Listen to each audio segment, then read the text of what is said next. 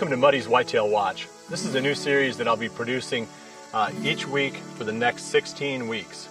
I'm going to focus on deer behavior, what the deer are doing that week, a little bit about maybe what happened during the previous week, and then talk about the transition in our hunting strategies from what the deer were doing to what the deer are doing to what they'll be doing next. So hopefully we can stay one step ahead of that curve and help you to be a more effective whitetail hunter.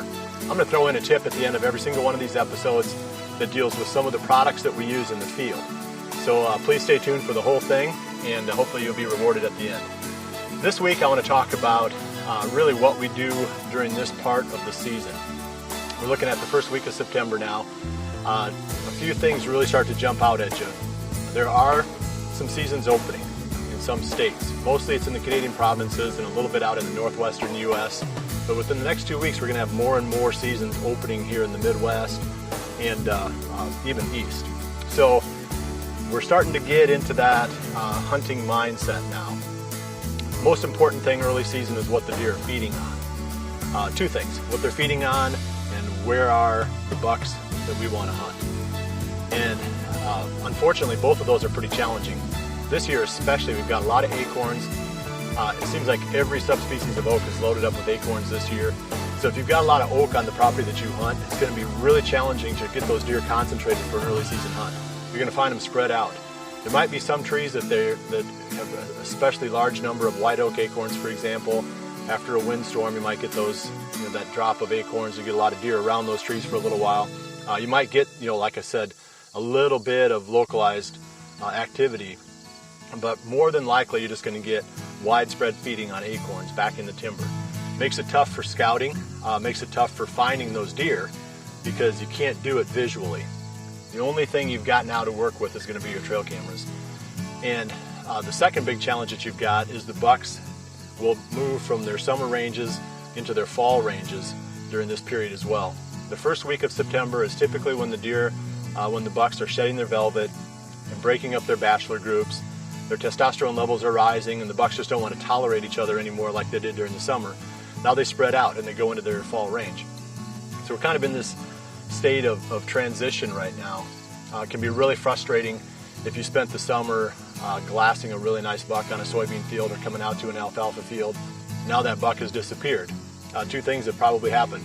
One, he's probably feeding on acorns back in the timber, and two, he may have completely dispersed from that area to someplace else.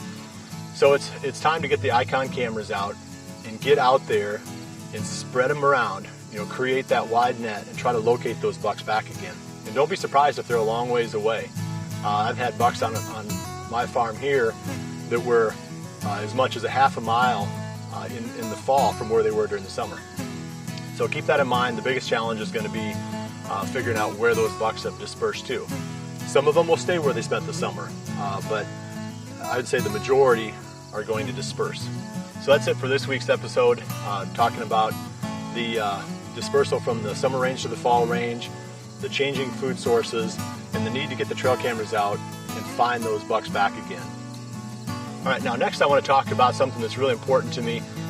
And we've got sponsors, we love all the companies that we work with, but the most important thing you can do, and the one thing I'm going to really push the most, is the importance of having the safe line. Use the lineman's belt when you're climbing, the rope.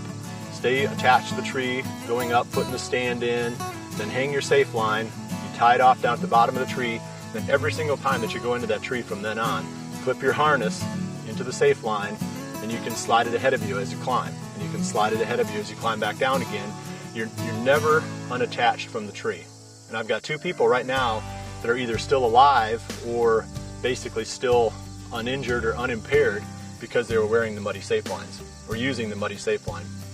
That's my tip of the week. I'll probably come back to it at some point during the next 15 episodes because it's that important. But we're going to cover a lot of ground here, and I look forward to bringing you the Muddy's Whitetail Watch each week. So check back right here again next week for the next episode of Muddy's Whitetail Watch.